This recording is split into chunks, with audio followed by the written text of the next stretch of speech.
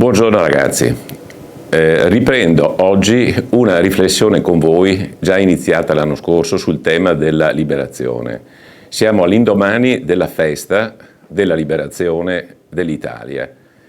Che cosa significa liberazione dell'Italia? Il 25 aprile 1945, come molti di voi spero sappiano, la città di Milano fu liberata dalla presenza dei nazifascisti.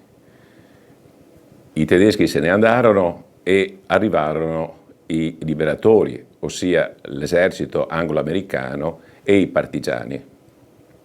Ora questa data è stata presa come simbolica per indicare la fine in Italia della guerra, di questa lunga guerra che produsse migliaia di morti, di mutilati, di persone che non tornarono più dalla Russia, la fine dell'occupazione nazista dell'Italia, la fine del regime fascista che aveva perseguitato coloro che non la pensavano allo stesso modo, che aveva mandato a morte gli oppositori, gli ebrei, tutti coloro che in qualche modo non erano allineati con la ideologia del regime, che aveva gettato l'Italia nella guerra. E infine la conclusione della guerra civile che ha insanguinato l'Italia dall'8 settembre 1943, contrapponendo italiani con italiani. Chi ha consentito la liberazione? Certamente l'esercito anglo-americano, ma anche migliaia e migliaia di italiani, 100.000 italiani, che hanno preso le armi per combattere contro l'invasore tedesco e contro il fascismo. 100.000 sono gli italiani, uomini e donne che presero le armi, 35.000 di loro morirono, 21.000 rimasero mutilati e 9.000 furono deportati in Germania. In questo senso anche il nostro Barbarigo ebbe un ruolo importante, fu uno dei centri padovani della Resistenza. Basta che scorriate le scritte che sono riportate lungo il nostro chiostro per ricordare e per leggere di personaggi che ebbero un ruolo importantissimo nella vicenda della Resistenza padovana. Don Giovanni Apolloni, che insegnava matematica, aveva contatti con la Resistenza padovana, il suo era uno dei luoghi in cui si incontravano i partigiani, aveva una rice trasmittente in camera, ospita al Barbarigo alcuni partigiani feriti, tra cui Otello Peghin, che poi, uscito dal Barbarigo, viene preso proprio sul ponte Barbarigo e sarà ucciso di botte, ritrovato morto ad Abano qualche giorno dopo. Dobbiamo poi ricordare Don Giovanni Nervo, che allora era l'economo del Barbarigo, aveva una piccola stamperia con cui ciclostilava i volantini che giravano per Padova.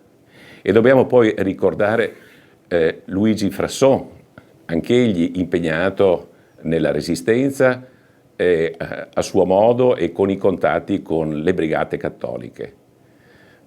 Dobbiamo ricordare infine due ex alunni del Barbarigo, Puchetti e De Biasi, che morirono durante la lotta armata.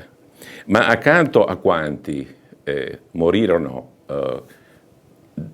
e resistettero con le armi alla oppressione nazifascista, dobbiamo ricordare anche 600.000 soldati che decisero, dopo l'8 settembre 1943, di non aderire più al fascismo e di abbandonare le armi, consegnandosi in qualche modo alla deportazione in Germania.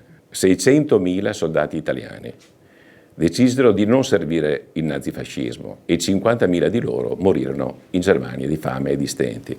Ora, questa lotta, questa diciamo spinta contro qualcuno, in realtà era animata da un desiderio, quello di rendere migliore l'Italia, di far uscire l'Italia dal periodo buio in cui era vissuta fino allora e di realizzare una società migliore in cui la persona umana fosse al centro della società e al centro dello Stato.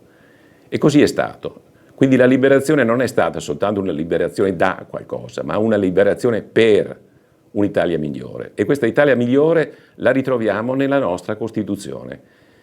Vi leggo soltanto quell'articolo straordinario, che è l'articolo 3.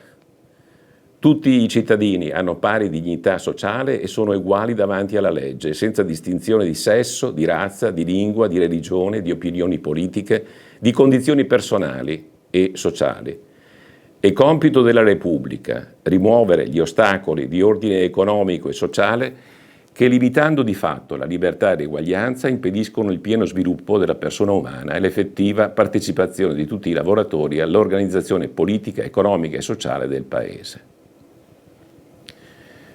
Tuttavia, la liberazione non chiede soltanto di essere ricordata, di essere commemorata, ma di essere vissuta, di essere realizzata.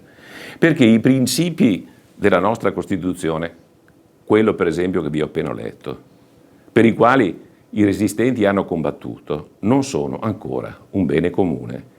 In Italia in questo momento ci sono 5,6 milioni di poveri assoluti. Vuol dire che ci sono 5,6 milioni di persone che non hanno la possibilità di mangiare, di avere una salute protetta, di non avere una scuola a cui accedere. E ci sono 15 milioni di persone che sono sull'orlo della povertà. Ora, di fronte a queste persone, possiamo dire che in Italia vi sia libertà e vi sia eguaglianza, quella libertà e l'eguaglianza garantita dalla Costituzione e che i resistenti volevano realizzare in Italia, che tutti gli italiani allora volevano realizzare in Italia. Ecco perché la liberazione deve continuare e l'antifascismo, di cui tanto si è parlato in questi giorni, non può essere un'etichetta, ma un'etica, ossia una maniera di essere e di comportarsi a favore degli altri e del bene comune, nella società, nel lavoro e anche nella scuola. Grazie e buona giornata.